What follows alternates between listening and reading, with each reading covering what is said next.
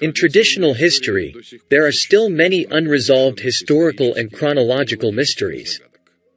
One of them is the mystery of the ancient Etruscans. They were a people who appeared in Italy, supposedly in the 8th century BC, even before the foundation of Rome, and created a remarkable culture there. Then they mysteriously disappeared, leaving behind numerous monuments covered with incomprehensible inscriptions that scholars still cannot decipher. Moreover, among historians there is an opinion that Etruscan inscriptions cannot be read. Therefore, the expression "Etruscan is not readable" has become widespread. Until this day, many scholars are convinced that Etruscan texts will never be deciphered under any circumstances, neither in the present nor in the future. But why are they so certain? Perhaps these ancient inscriptions hold some secret that greatly puzzles and even frightens historians.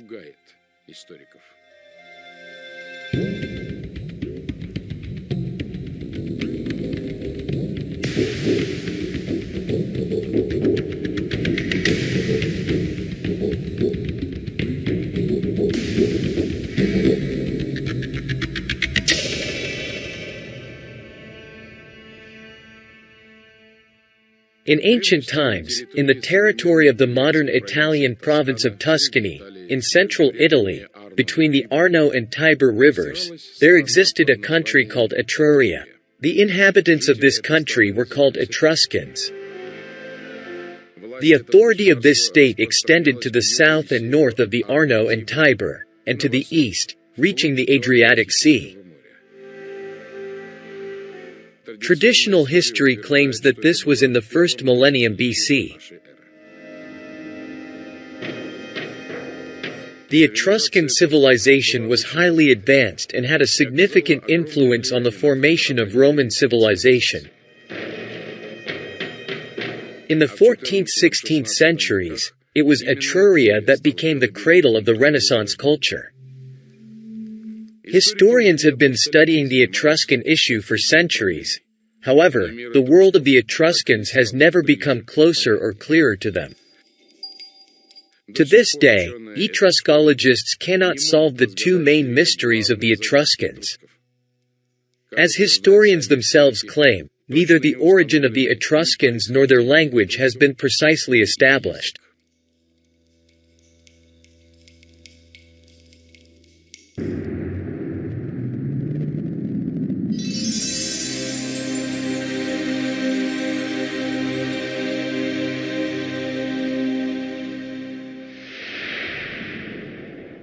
The first mystery is the origin of the Etruscans. There is no conclusive evidence supporting any single theory about the origin of this people. For a long time, 3 versions were the most widespread.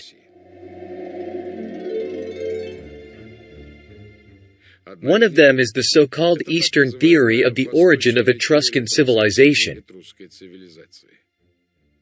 It was based on the authority of the so-called ancient authors, particularly Herodotus.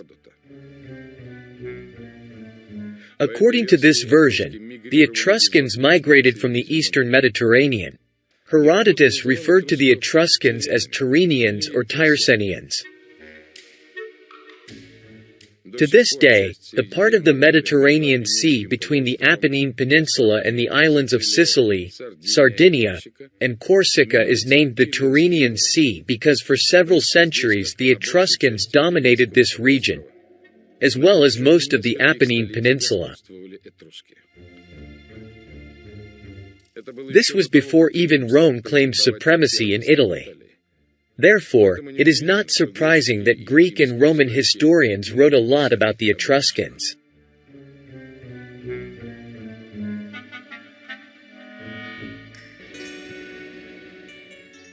The second theory of the origin of the Etruscans belongs to Dionysius of Halicarnassus, who challenged Herodotus' version. In his work Roman Antiquities, Dionysius claimed that the Etruscans were not settlers but the indigenous and oldest people of Italy. distinct from all their neighbors on the Apennine Peninsula in terms of language and customs.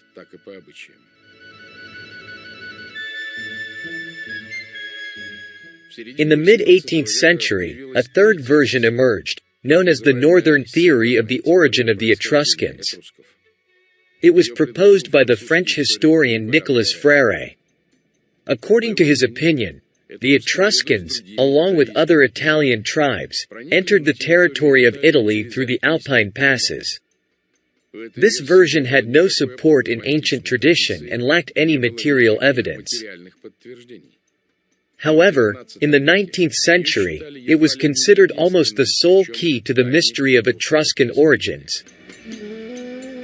This theory was particularly popular among German historians. There are many perspectives that have been subjected to modern criticism.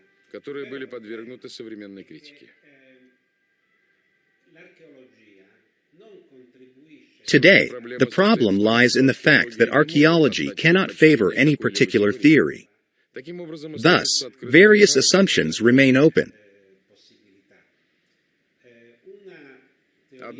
One modern theory from the 1990s belongs to the renowned etruscologist Massimo Palatino.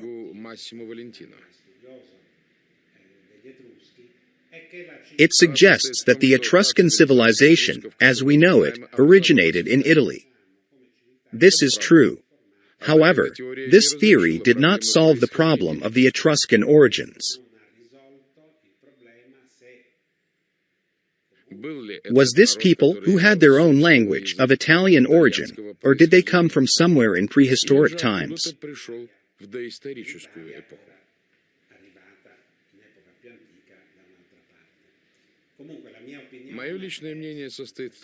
My personal opinion is that we should not underestimate the opinion of such a significant historian as Herodotus, who in the 5th century BC recognized the eastern origin of the Etruscans from Turkey.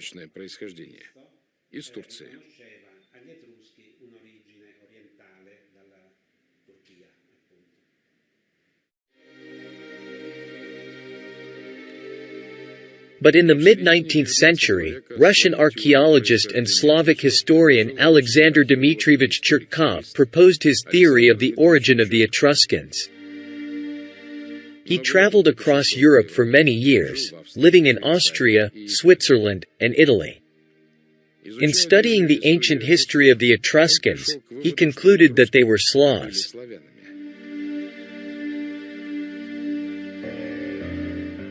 The scholarly world received Chertov's research with indifferent skepticism, and his books were soon forgotten.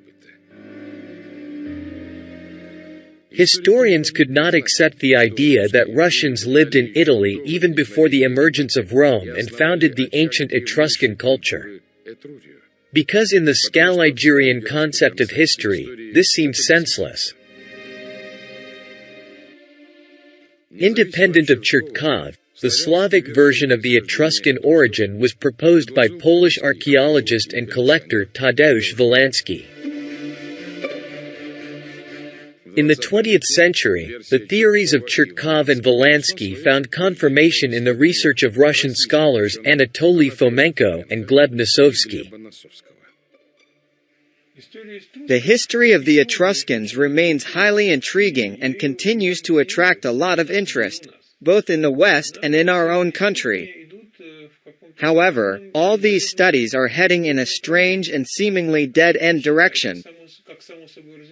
It is commonly assumed that the Etruscans were an entirely separate civilization that could not have had any connection to the Slavs.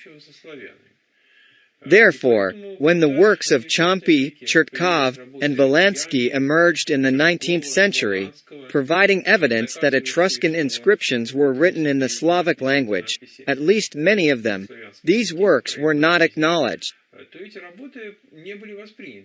They were not refuted, no errors were found in them.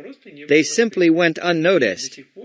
And even now, more than 100 years later, they have not been recognized by the world of Etruscology. It is only in the light of the new chronology that these works are seen in a completely different way. It becomes clear that Chompy, Valansky, and Chertkov made truly significant discoveries, and their findings should attract the attention of scholars. Indeed, Etruscologists unjustifiably ignore the research of Valansky and Chertkov. Their works help solve another mystery that scientists have been unable to unravel: the language of the Etruscans.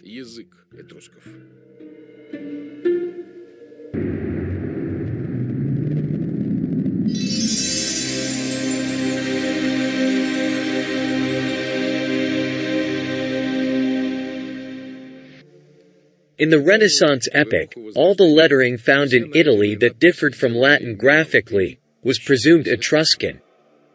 Currently, there are over 12,000 known Etruscan inscriptions. However, very few of them contain more than 20 words.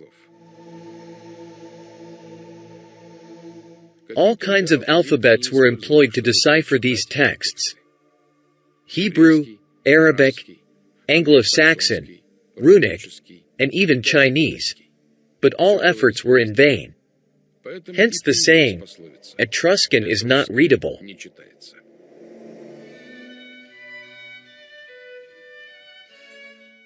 1825, the Italian scholar Sebastiano Ciampi proposed using the Slavic alphabet to decipher Etruscan inscriptions. The reason was that he had been a professor at the University of Warsaw for several years.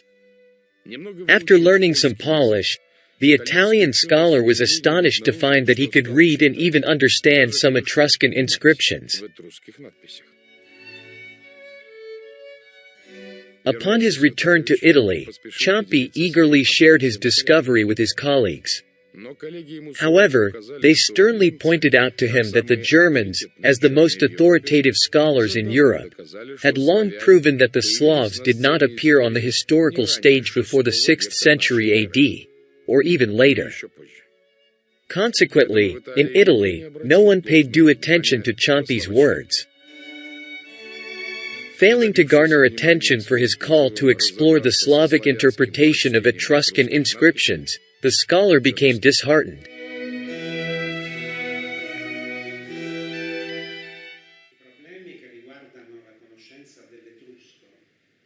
The problems related to the study of the Etruscan language have absolutely nothing to do with the alphabet.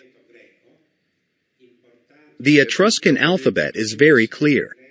It is the Greek alphabet imported from Cumae, a part of Greece. The Etruscan alphabet, just like the Latin script, is a transformation of the Greek alphabet. Therefore, the Etruscan alphabet is easily readable. We can read it perfectly fine. The problem lies in the language. Let me give you a modern example. I can read Polish text perfectly well.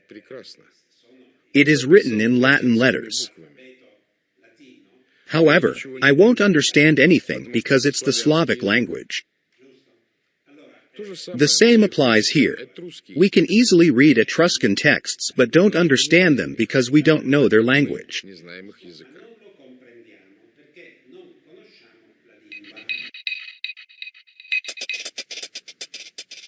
Tadeusz Valansky and Alexander Chertkov were more consistent in their studies of Etruscan texts, as Slavic languages were their native tongues. Valansky achieved the most interesting results in deciphering Etruscan inscriptions. For convenience of deciphering, he compiled a special table that allowed him to successfully translate many Etruscan texts. Here's what the table looks like. The first column shows the Etruscan alphabet. The second column shows Cyrillic. The third column shows the Polish alphabet, and the fourth column shows the Bohemian alphabet. Complex letters that represent a combination of several letters are displayed at the bottom left of the table. By the way, Cyrillic also has complex letters like Я, Ю, Кси, Пси. and others. Notice that the Cyrillic letters and Etruscan letters are more or less similar.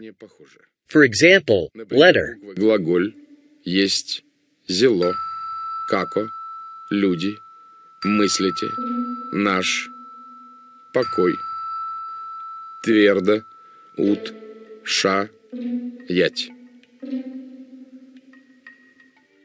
The authors of the new chronology, Anatoly Fomenko and Gleb Nisovsky, believe that this table allows us to visually see the closeness between the Etruscan language and the Slavic languages. But how does one, using this table, read a specific text? Valansky approached the decipherment of Etruscan texts quite simply. He took an Etruscan text, then used a table created by Valansky. This is a very non-trivial, very important discovery of his. In this text, the letters are replaced with Cyrillic according to his table. A Cyrillic text is obtained. After that, it is necessary to determine in which direction it is written, right to left or left to right. In the past, different peoples wrote in both ways. After that, it is necessary to understand how the text is divided into words and try to read it in Russian, in Slavic. As our experience and Valansky's experience show, usually after this rather simple operation, the meaning of the text becomes clear. Obviously, like any old Russian text, the Etruscan text will have to be read several times, delving into its meaning. The thing is that in old texts there are no spaces between words.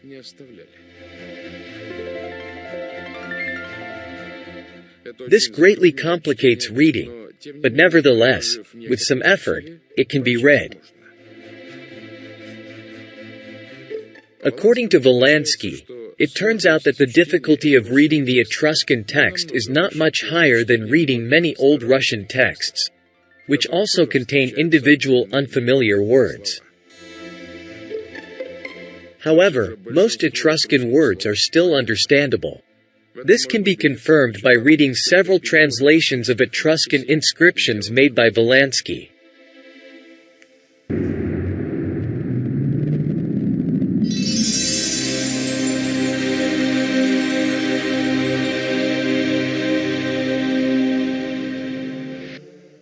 From Theodor Mommsen's essay The Lower Italian Dialects, Valansky learned about a funerary monument found in 1846 near the Italian town of Creccio. Since 1852, this archaeological monument has been preserved in the National Museum in Naples. Interestingly, in his book, Mommsen wrote that even an attempt to interpret this inscription would be a very bold one indeed. Valansky attempted to translate this text, and here is what he came up with.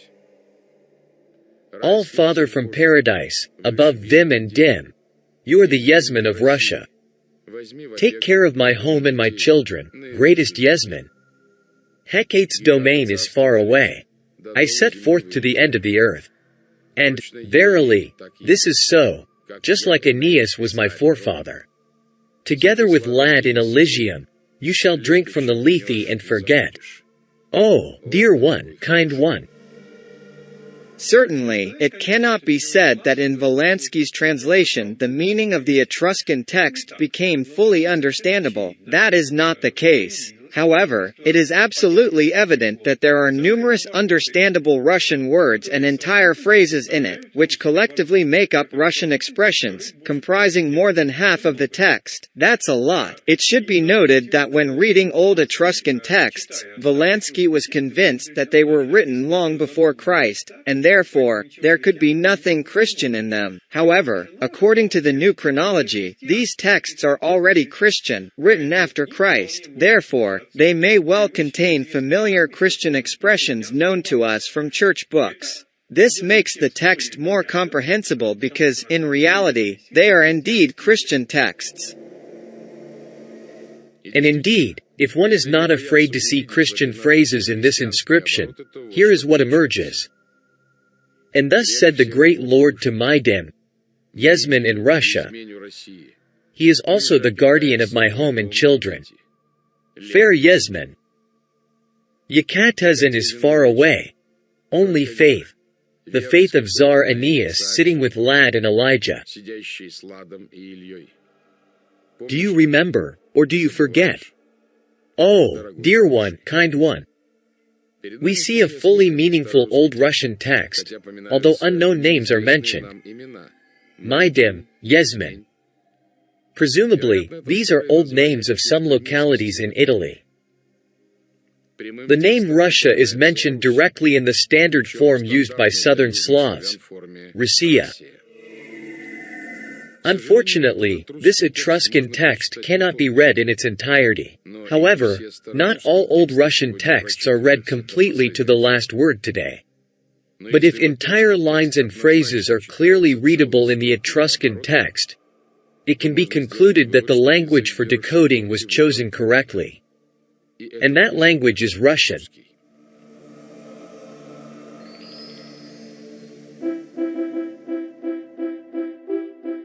This figurine of a boy with a goose in his hands was found in 1746 in the Tuscan estates. Jansen published it in his collection of Etruscan inscriptions. At the time, this figurine was talked about a lot and for a very long time, for 100 years. But no one provided an explanation for the inscription made on this figurine. Here is the translation. The wind caught up with the white goose, surrendered itself willingly to Alpin. Behold! Geta went there naked, just hoping.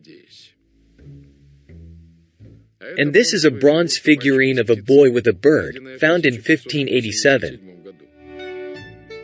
The figurine itself and the inscription made on the boy's leg have been repeatedly depicted.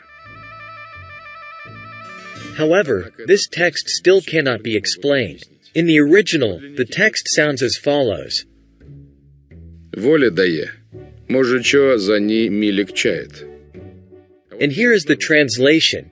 I'm giving leave. Maybe the dear one awaits something.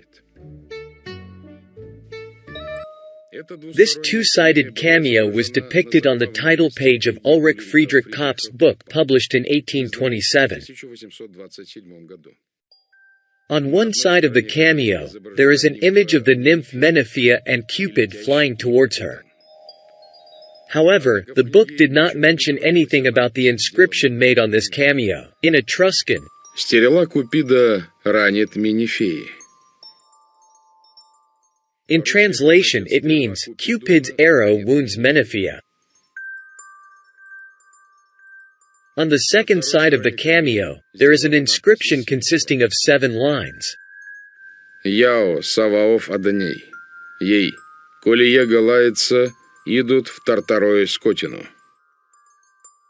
Translation: I, Shabwoth Adonai. Yea! Those who speak ill of him roll to Tartarus, the swine. It is astonishing why for so many years Etruscologists couldn't decipher this inscription. After all, it is written in ordinary Slavic letters, from left to right.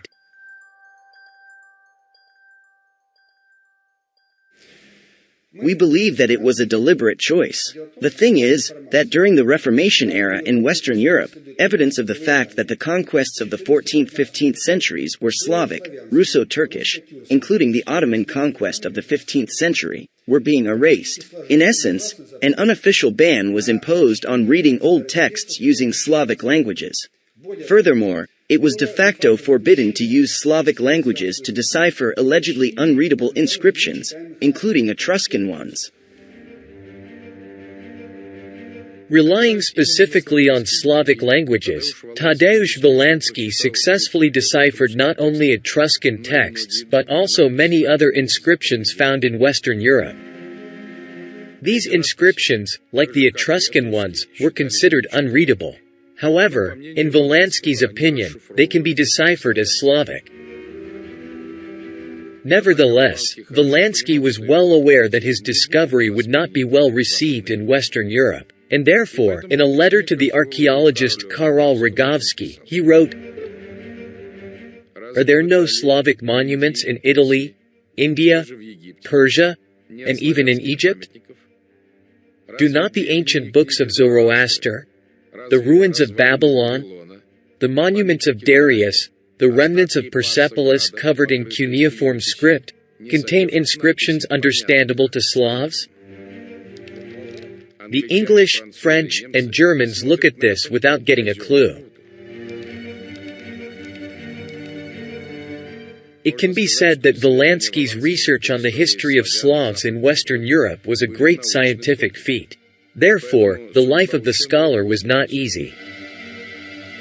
In 1853, the Catholic Church included Valansky's books in the Index of Forbidden Books, and Polish Jesuits burned his books on a pyre. But they found it insufficient and demanded the execution of the scholar. It was only thanks to the intervention of Emperor Nicholas I that Valansky remained alive.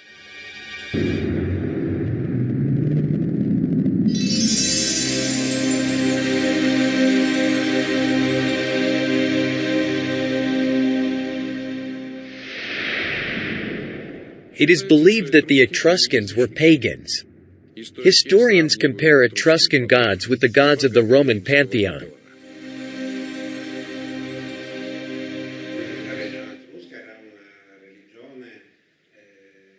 Etruscan religion is polytheistic, like most beliefs in the ancient world of Italy and Greece.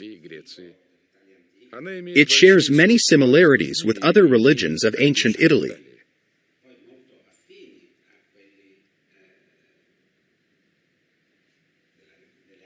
Etruscan religion was heavily influenced by Greek religion. Many Greek deities found their way into Etruscan religion.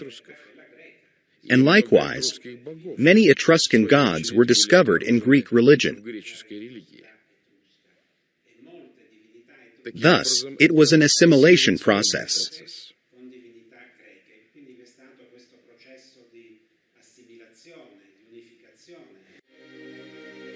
But here's something interesting. The holy book of the Etruscans turns out to have been known as Suda, which is Book of Judgment, or Book of the Law. After all, the concept of law and judgment are closely related. It turns out that the Etruscans were familiar with the Russian word sud, which stands for law and judgment. Parts of this book have survived to this day in descriptions of Roman authors. Scholars have long ago noticed the similarities between the Etruscan holy book of Suda and the first chapters of Genesis. Researchers invested a lot of effort into the explanation of the similarities between the text of the Suda and the Bible. However, since traditional historical accounts suggest that Etruscan and biblical authors lived in different eras, the task for historians from the Scaligerian school has been exceptionally challenging. They have been unable to solve it to this day.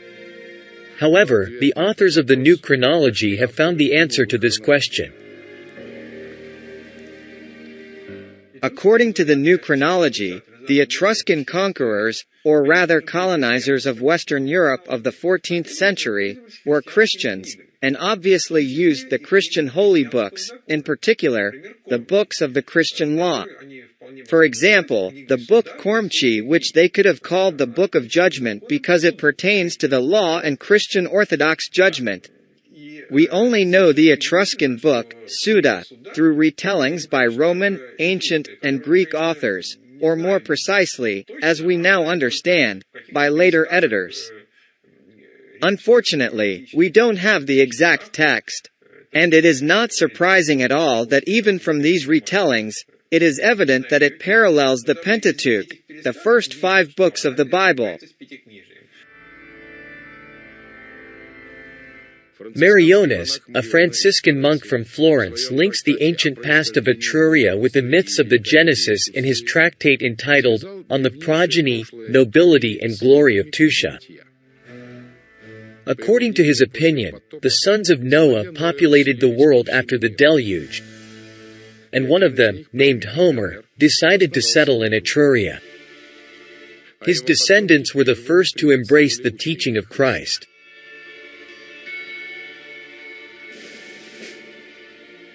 Alexander Nemirovsky, a Russian researcher of ancient Roman history and Etruscan culture, wrote in his book, Etruscans, From Myth to History, that in the search for information about the Tyrrhenians, that is, the Etruscans, the Bible cannot be excluded.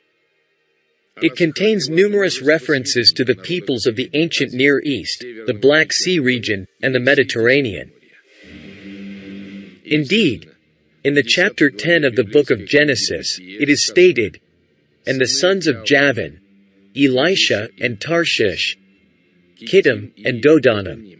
By these were the isles of the Gentiles divided in their lands, every one after his tongue, after their families, in their nations." It has long been suggested that Tarshish corresponds to the semi-legendary city of Tartessos, and historians themselves associate this city with the Etruscans.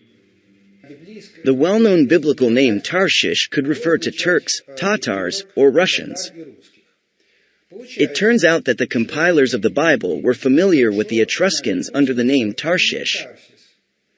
By the way, it is understandable why in the Bible, the people of Tarshish are referred to as the sons of Javan, which corresponds to Ivan. According to our results based on the new chronology, this was the great Mongol conquest of the 14th century which was led by Tsar Khan Ivan Khalida. Thus, the Bible truly did reflect the events of the 14th century AD well. It is known that in the late 15th century, a series of tractates on the Etruscans appeared in the capital of Tuscany, Florence, written by natives of Tuscany who were representatives of the Catholic Church. One of them, Cardinal Egidio da Viterbo, described Etruria not only as the hearth of the most ancient culture in Italy but also as the eternal protector and benefactor of religions.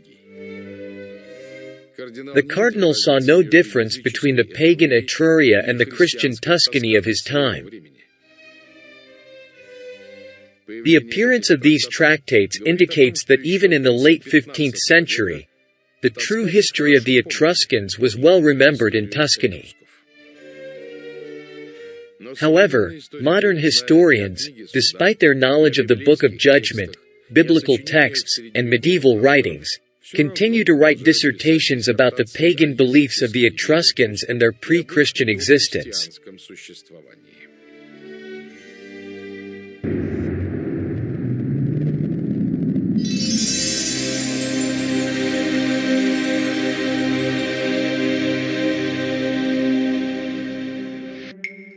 The history of the conflict between Tuscany, that is, Etruria, and Rome, speaks to the extent of the Etruscan influence in Europe. In the Middle Ages, Tuscany was one of the most powerful republics and for a long time contested Rome for supremacy in Italy. In 1619, Scottish scholar Thomas Dempster wrote an extensive work titled 7 Books About Royal Etruria, based on the testimonies of ancient authors. In his work, Dempster wrote that the Etruscans introduced laws in Italy and were the first philosophers, geometers, priests, city builders, temple builders, inventors of war machines, physicians, artists, sculptors, and agronomists. It seems that Dempster did not even question that if the Etruscans had invented everything in the fields of technology and culture, what remains for the Greeks and Romans? However, the work of Dempster, written in the early 17th century, was published only 100 years later, in 1723. The publication of this book marked a new wave of interest in the Etruscans because at that time Austria ruled over the territory of Tuscany. The people of Tuscany considered the Etruscans their ancestors, so the study of their glorious history appealed to their sense of patriotism. So, why wasn't the Dempster's book published in the 17th century but only 100 years later? In the 17th century, in Rome and in general in Western Europe, a deliberate false version of world history was being written. This version omitted the Etruscans since all human achievements were attributed to the ancient Greeks and Romans. The Etruscans were a nuisance and got in the way, so they were pushed far into the past, even earlier than the 8th century BC, before the foundation of Rome. What happened as a result? It turned out that the history of the Russian conquerors of Western Europe in the 14th century, the Etruscans, was relegated to a distant and unreadable past, thus erasing the traces of Russian presence in Western Europe.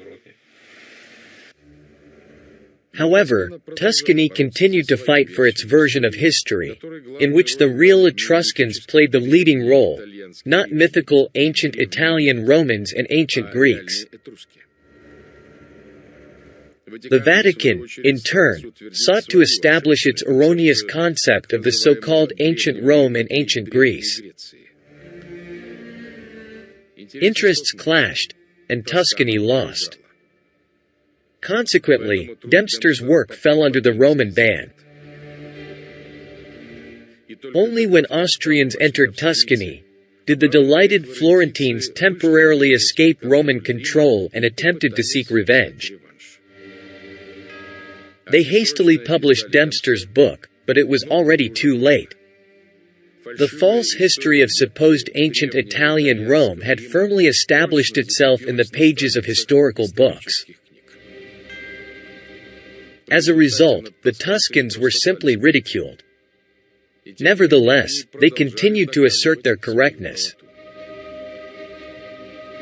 In 1726, the Etruscan Academy was established in the city of Cortona. Its members consisted of noble gentlemen from many cities in Tuscany. The Academy's report stated that not only in Italy but also in Spain and Anatolia, almost all traces of artistic activity belonged to the Etruscans. In Cortona, the Museum of the Etruscan Academy was created. Followers of Scaliger long fought against the defiant Florentines who steadfastly stood their ground. It was only in the 19th century that their resistance was finally broken. The historical version of Rome eventually emerged victorious. Although, the fact remained a fact. Rome became Rome thanks to the Etruscans and entered history as one of the Etruscan cities. Once upon a time, the Etruscans wanted to make that city the stronghold of their dominance in Latium. But at that time, they naturally could not foresee that Rome, to which they helped emerge onto the historical stage, would destroy their dominant position in Italy. Furthermore, they did not anticipate that Rome would distort the facts of the Etruscans' past greatness. The Romans had a weakness for legends and myths. They indulged themselves in legends where truth was mixed with half-truths and often outright fabrications. For instance, the Romans insisted that the progenitor of the Roman people was the Trojan hero Aeneas, who ended up on the shores of Italy after the fall of Troy. But no matter how much the Romans opposed the Tuscans, they even borrowed the legend of Aeneas from the Etruscans.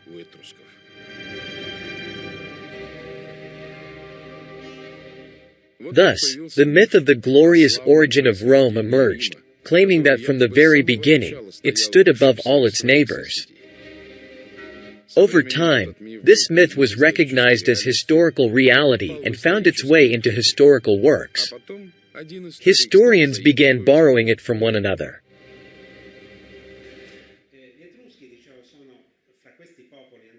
The Etruscans were an important people, particularly during the Archaic era, even before Rome transformed into a powerful state.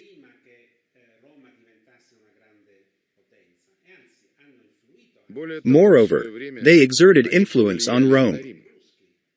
In the early stages of its history, Rome had 3 Etruscan kings.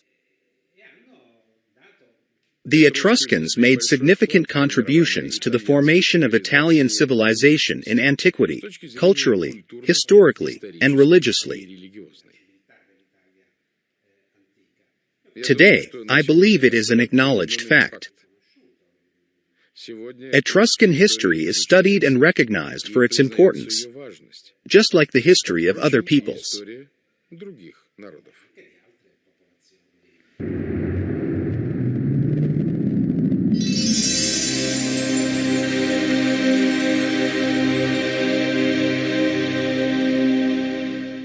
The history of the Etruscans is only a part of the Slavic history of Western Europe. For several centuries, historians of the Scaliger school tirelessly worked to eradicate from the memory of peoples the facts of Slavic settlement in Europe.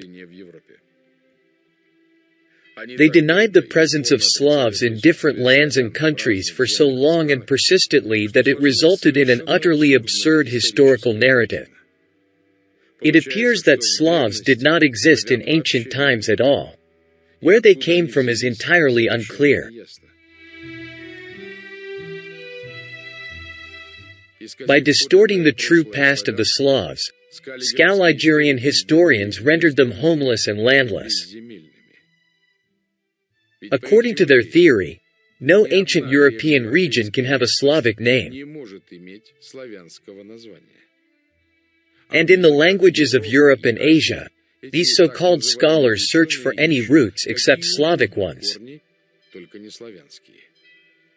However, many scholars saw nothing strange in the fact that traces of Slavic population were constantly discovered in many European lands. One of them was the distinguished Russian scholar Vasily Markovich Florinsky. In the 19th century, he was engaged in comparative archaeology. Florinsky sought to answer the question of which people the thousands of ancient burial mounds found in Siberia belonged to. Florinsky's answer to this question was clear and unambiguous. The burial mounds were constructed by the ancient population of Siberia, belonging to the Aryan race, which later became known as the Slavs. Florinsky conducted extensive research, comparing findings from the settlement that Schliemann declared to be ancient Troy, objects belonging to the Adriatic and Baltic Veneti, with findings from the burial mounds of northern and southern Russia.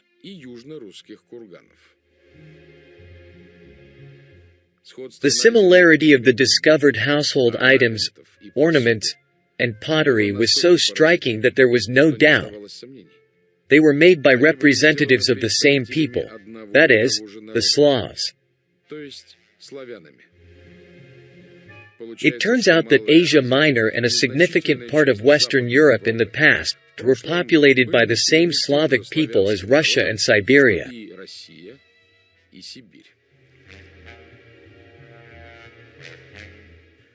Florinsky wrote that the Veneti were Adriatic or Italian Slavs, that they were part of the alliance of Trojan tribes that left Troy. The Veneti founded Venice and Padua. Interestingly, Venice stands on ancient wooden piles that are several hundred years old. It is believed that these piles were made of Siberian larch. The question arises, how are the builders of Venice connected to Siberia?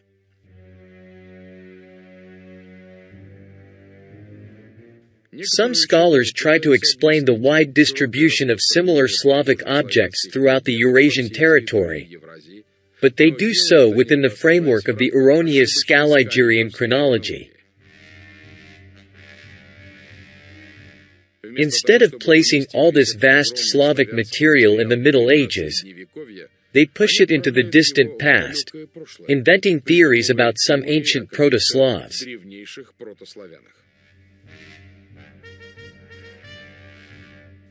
Another Russian scholar, Alexei Homiakov, wrote about the Veneti or Vens. In his works, he lists dozens of examples of traces of the Vens found in Western Europe. This includes the Austrian city of Vienna and the French province of Vendée. Lake Constance was formerly called the Lacus Venetus. Homyakov wrote, "In the land of Vens, rivers and cities bear the names of Sebra, Sevra, Sava. 15 towns and villages bear the name Bellegarde, which is not found elsewhere in France and which is translated as Alba. As you know, Alba means white, and Bellegarde is simply a white town." Homyakov also wonders how many different peoples historians arbitrarily attributed not to the Slavic root, but to the Germanic one, as if the Veneti did not exist in Europe. Although the Veneti inhabited the shores of the Adriatic and Baltic seas since ancient times and sailed the stormy waters of the Atlantic, and they were not scattered tribes but a numerous people who inhabited half of Europe.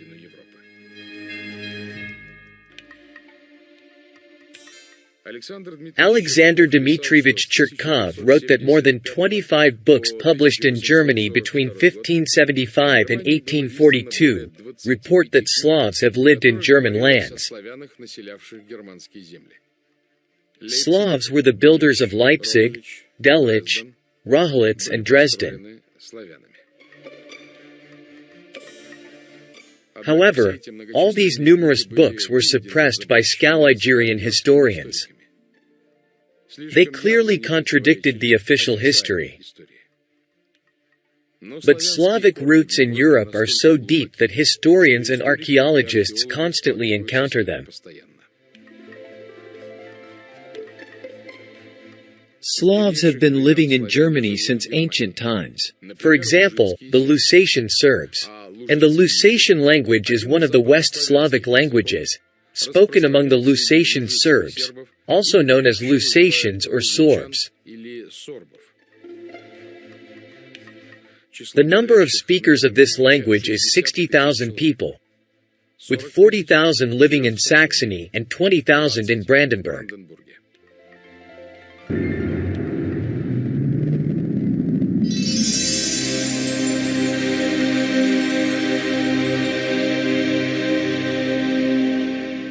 A new understanding of Etruscan history is also a new perspective on the ancient Russian history of the 14th to 16th centuries. Since the 17th century, we have been consistently indoctrinated with the belief that compared to European culture, Russian culture has always been at a very low level.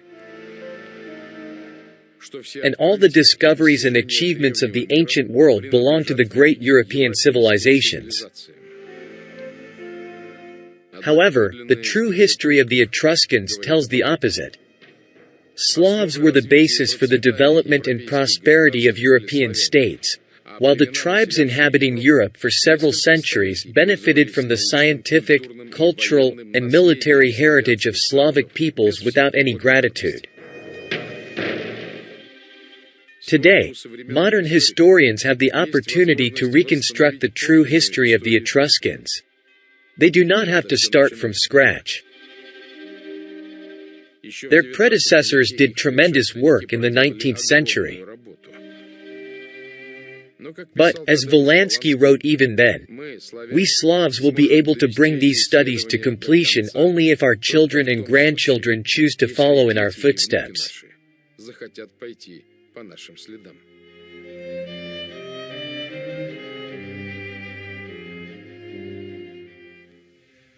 Not only the history of the Etruscans but also the past of ancient Rome itself is not as well studied as it is commonly believed.